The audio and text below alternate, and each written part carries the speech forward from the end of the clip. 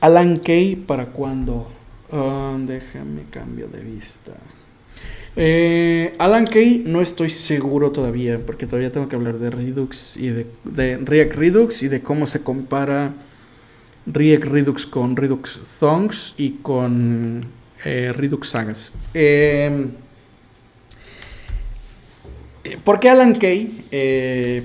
Para los que no sepan, Alan Kay es el programador que acuñó el término programación orientada a objetos, ¿no? Y él fue el que acuñó el concepto de objetos, ¿no? Y él tiene una frase muy famosa que dice, básicamente, cuando yo acuñé el término orientado a objetos, yo no estaba pensando en Java, ¿no? Haciendo referencia a que Java no hace programación orientada a objetos de forma correcta, ¿no? Y obviamente C++ es muy parecido a Java y tiene los mismos conceptos y los mismos pilares. Por ende, C++ tampoco hace programación orientada a objetos bien, ¿no? Y si ni Java ni C++, y si ni C++ ni Java hacen programación orientada a objetos bien, entonces, ¿qué lenguajes hacen programación orientada a objetos bien, ¿no? Y el problema que tiene la programación orientada a objetos, al menos de la forma en la que se enseña, es que te dicen que la programación orientada a objetos son tres cosas o son tres pilares, ¿no? Generalmente te dicen data privacy, generalmente te dicen encapsulation, o generalmente te dicen herencia o polimorfismo, ¿ok? Bien, data privacy es una forma de llegar a information hiding, es un mecanismo para llegar a information hiding, ¿no? La herencia es un mecanismo para llegar a polimorfismo, ¿no? Y existen muchísimos tipos de polimorfismo, ¿no? Generalmente cuando hablamos de polimorfismo en el contexto de Java o de C++, hablamos de subtyping polymorphism, es decir, el tipo A es un tipo B, ¿no? Existen otros tipos de polimorfismo como method polymorphism, es decir, un método se comporta como, ¿sabes?, de diferentes formas o acepta diferentes tipos de objetos y demás, ¿no? Y el detalle es que estos tres principios que se enseñan, ¿no? Data privacy, encapsulation y polymorphism o herencia, dependiendo de a qué escuela vayas, pues no son los principios de programación orientada a objetos. No bajo mi estándar y no bajo lo que yo diga, o sea, bajo la persona que creó y acuñó el término orientado a objetos. O sea, la programación orientada a objetos no es acerca de clases, ¿no? Las clases son un mecanismo para modelar y acercarnos a los principios de programación orientada a objetos, ¿no? Porque adivinen qué, puedes tener data privacy, puedes tener encapsulation y puedes tener polymorphism, como dirán los gringos, tanto en programación estructurada como programación funcional, ¿no? Entonces, si puedes tener estos tres principios en cualquier tipo de lenguaje, entonces no son características inherentes a la programación orientada a objetos. ¿Y de dónde viene esta confusión? Esta confusión, personalmente, de lo que he vivido, investigado y he visto, es que viene de la idea de que se ha confundido las clases con programación orientada a objetos y los mecanismos que tienen los lenguajes como Java y C++, que son los lenguajes orientados a objetos que más predominan, ¿no? Se han confundido estos mecanismos que estos lenguajes tienen como los pilares o lo que vuelve a un lenguaje orientado a objetos, ¿no? Entonces, ¿cuáles son los principios detrás de la programación orientada a objetos? Bueno, y el otro factor es que en las universidades se enseña de esa forma. De hecho, si vas con cualquier profesor de programación, te va a decir que de orientado a objetos, te va a decir que esos son los tres pilares, ¿no? Pero la pregunta es de dónde sacó ese profesor que esos serán los 3 pilares, ¿no? Entonces supongo que eventualmente alguien se confundió y escribió un libro y el libro se volvió famoso y de ahí viene la confusión, ¿no? O fue quizá una tergiversación que se fue dando a lo largo del tiempo, ¿no? No estoy seguro, pero esas son las 2 hipótesis que yo tengo. Entonces, si esos no son los 3 principios de orientado a objetos, entonces ¿cuáles son? ¿No? La forma en la que Alan Kay estaba tratando de explicar la programación, exactamente, y valió melga.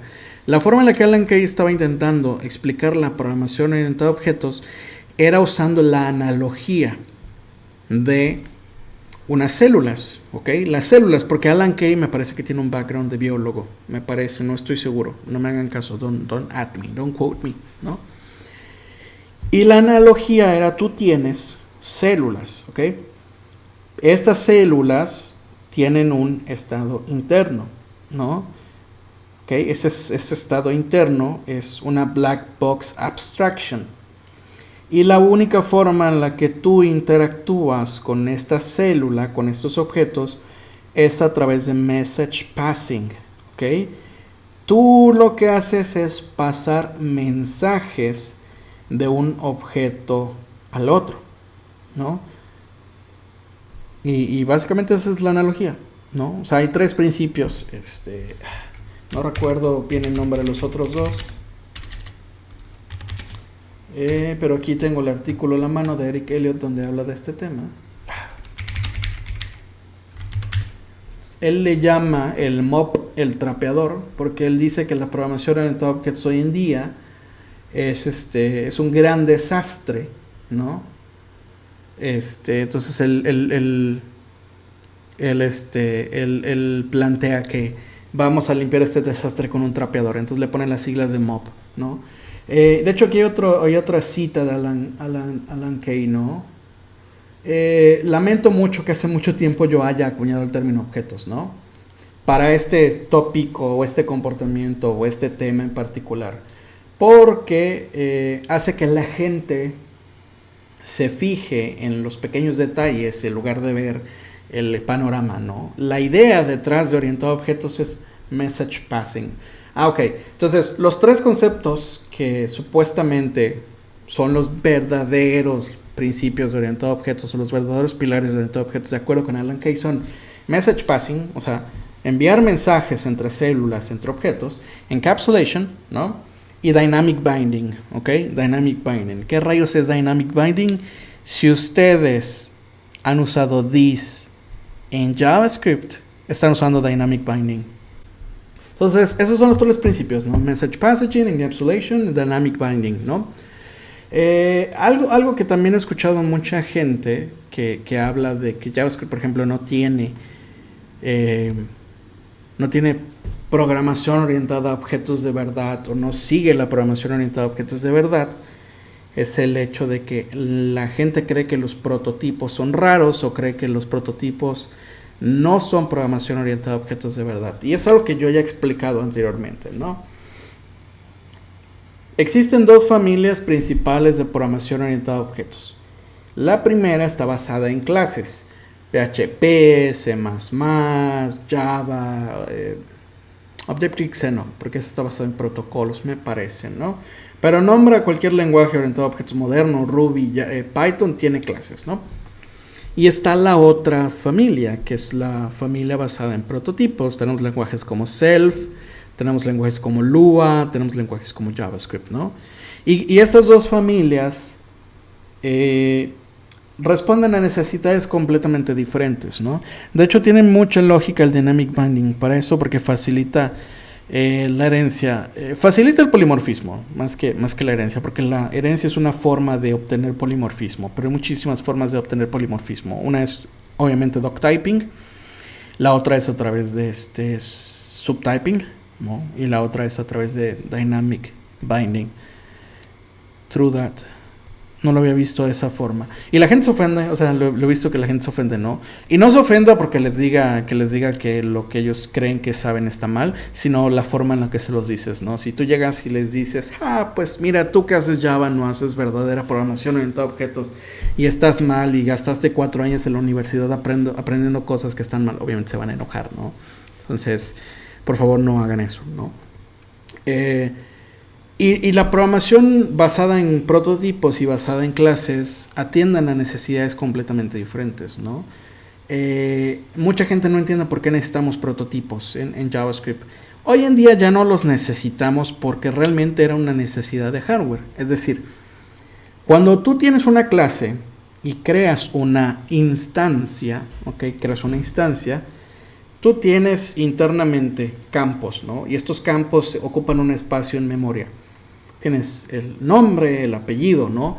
Y también tienes métodos, ¿ok? Y estos métodos también están reservados en un espacio de memoria y hay una tabla de apuntadores que lo que hace es resolver qué instancia apunta a qué instancia de método de propiedades, ¿no? ¿Qué fue primero, el objeto o el prototipo? El objeto. Y cada vez que tú creas una nueva instancia de este objeto, todos esos campos, todos esos métodos se tienen que copiar. Se tienen que crear nuevas copias. ¿Okay? Cada instancia de cada objeto tiene sus propios espacios de memoria reservado. Bien, si tienes una máquina virtual que es bastante eficiente en el manejo de memoria y además tienes bastante memoria como para tirar para el cielo, no tienes por qué preocuparte por el performance. Bien, en los 90 no era el caso. En los 90 no teníamos la memoria que tenemos hoy en día para tirar para arriba, ¿no? Para desperdiciar como desperdiciamos hoy en día corriendo Slack y consumiendo 8 GB de RAM, ¿no? Entonces, tú no podías darte el lujo de crear muchísimas instancias de una clase. Entonces, los prototipos funcionan para que tú puedas reutilizar instancias. Okay. Cuando tú creas un objeto y metes una propiedad en el prototipo, todos los objetos que tú generas a partir de esa función como constructor o las clases hoy en día, que al final del día las clases son azúcar sintáctica encima de prototipos, pero todas las instancias que tú generes van a compartir el mismo prototipo. Solo va a existir una instancia de esa función reservada en memoria, solo va a existir una instancia de ese nombre, de ese apellido reservado en memoria. ¿Ok? Si está dentro del prototipo. Si no, pues se generan copias cada vez que tú mandas a llamar la función como constructor. Entonces lo que hacen los objetos es compartir a través del prototipo esas instancias. Y eso se hace a través de dos cosas. La herencia delegacional, que es otra forma que se le llama a los prototipos, ¿no? Y dynamic binding. El hecho de que yo pueda decir this es dinámico, yo puedo cambiar this, significa entonces que puedo llamar una función, una propiedad de un método sobre diferentes objetos sin tener que tener copias de la misma propiedad de objeto, ¿no? Y esto lo que hace es ahorrar una cantidad ridícula de memoria, ¿no? Cuando tienes aplicaciones que necesitan de muchísimas instancias de muchísimos objetos, ¿no? Especialmente cuando necesitas muchas instancias de una clase o de una función en específico, ¿no? Entonces, la razón por la que tenemos prototipos en JavaScript es una limitación de hardware y es una razón histórica, ¿no? Y es lo que la bandita no entiende porque no nacieron en los 90, no crecieron en los 90, no les tocó desarrollar en los 90, ¿no? Y JavaScript es un lenguaje que no rompe retrocompatibilidad, entonces es algo que se quedó en el lenguaje para siempre, a pesar de que hoy en día tenemos máquinas virtuales y tenemos una cantidad de memoria considerable, ¿no? Entonces, es bonito tener un poquito de perspectiva del por qué las cosas son como son, ¿no? No es que JavaScript esté roto o es que JavaScript tenga modelo orientado a objetos incorrectos. Simplemente JavaScript atendía y los features del lenguaje atendían a necesidades muy específicas en un contexto muy específico, en un contexto histórico muy específico, ¿no? Entonces, esa es la historia. Hola, gracias por ver este video. Este clip fue sacado de uno de los streams que hago los martes y jueves de 8 en adelante, hora de Ciudad de México, en mi canal de Twitch. Suscríbete a mi canal de Twitch y a mi canal de YouTube si quieres seguir viendo videos como este.